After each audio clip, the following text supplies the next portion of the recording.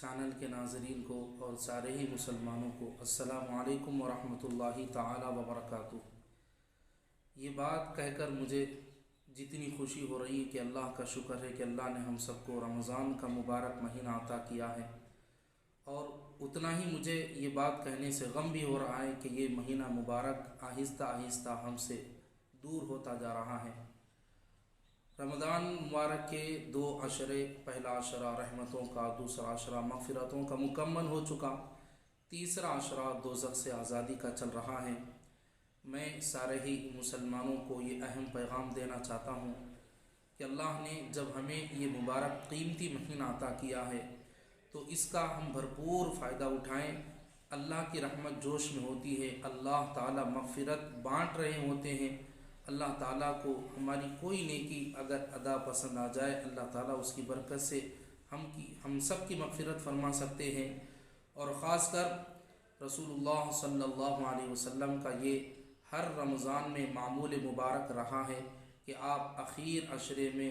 اعتکاف میں بیٹھا کرتے تھے، اور آپ صلی اللہ علیہ وسلم کا یہ فرمان بھی ہے، اے لوگو تم رمضان کے اخیر عشرے میں اور اس کی طاق راتوں میں شب قدر کو تلاش کرو۔ اللہ تبارک و تعالیٰ نے شب قدر کی تعیین کو تمہارے اوپر سے اٹھا لیا ہے، لہذا تم اس کو 21، 23، 25، 27 اور 29 میں تلاش کرو۔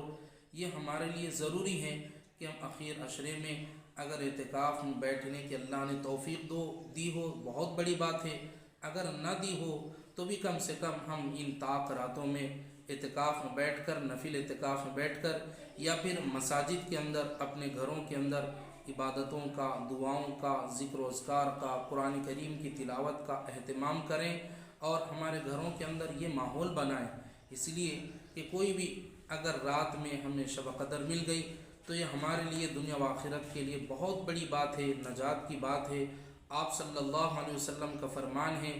جس کسی مسلمان کو شب قدر کی عبادت کی توفیق ہو گئی، اللہ تعالیٰ اس کو 80 سال کی عبادت سے بھی زیادہ اجر و ثواب عطا فرماتے ہیں۔ اللہ کس قدر انعام و احسان کے انبار اس امت محمدیہ پر لگا رہے ہیں،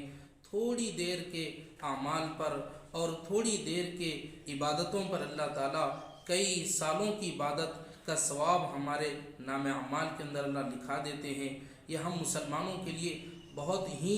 اہتمام کرنے کی اور سوچنے کی اور فکر کرنے کی بات ہے، اس لیے کہ عام طور پر ہمارے سماج کے اندر یہ ماحول بنا ہوا ہے کہ جب رمضان ختم پر ہوتا ہے تو عید کے بہانے سے، شاپنگ کے بہانے سے، عید کو بہتر سے بہتر بنانے کے بہانے سے، افطار پارٹیوں کے اندر یا اسی طرح غیر ضروری چیزوں کے اندر، غیر ضروری ضروریات کے اندر ہم ان رمضان کے قیمتی اوقات کو ضائع کر دیتے ہیں۔ میں سبھی مسلمانوں کو یہ اہم پیغام دینا چاہتا ہوں، ان مبارک ساعتوں اور قیمتی لمحات کے اندر ہم زیادہ سے زیادہ اللہ تبارک و تعالیٰ کی عبادت میں اور پھر شب قدر کی تلاش میں، دعاؤں کے اندر اپنے قیمتی وقت کو لگائیں۔ اللہ کی ذات سے قوی امید ہے اللہ تعالیٰ ہم سب کو رمضان مبارک کی ساری رحمتیں، برکتیں، سعادتیں عطا فرمائیں گے، اور اللہ تبارک و تعالیٰ ہم سب کی مغفرت فرمائیں گے، اور اللہ تعالیٰ ہم سب کو شب قدر کی بھی عبادت کی توفیق فرمائیں گے،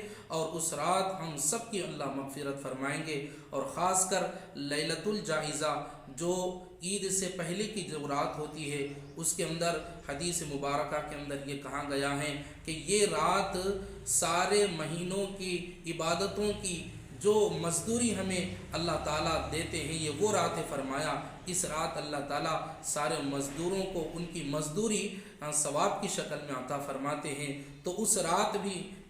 میں بھی ہم عبادتوں کا اہتمام کریں، اور اس ماہ مبارک کو ہماری زندگی کا سب سے بہترین مہینہ اور خیر و نجات کا مہینہ ہم اس کو بنانے کی کوشش کریں۔ اللہ سے قوی امید ہے اللہ ہم سب کی عبادتوں کو توفیق فرمائے۔ بڑے خوش نصیب اور خوش قسمت ہے وہ لوگ جس کو اللہ تبارک و تعالیٰ نے اس ماہ مبارک میں عبادتوں کی توفیق دی، اور اللہ ان کی عبادتوں کو بھی قبول فرمائے۔ اور بڑے بد نصیب اور بد قسمت ہیں وہ لوگ جو اس ماہ مبارک میں بھی اللہ کی رحمت اور مغفرت سے دور ہے۔ اللہ اس مہینے کی برکت سے سارے ہی ایمان والوں کو مغفرت عطا فرمائے۔ السلام علیکم ورحمۃ اللہ وبرکاتہ۔ پلیز اس چینل کو لائک، شیئر اینڈ سبسکرائب کریں۔ السلام علیکم ورحمۃ اللہ۔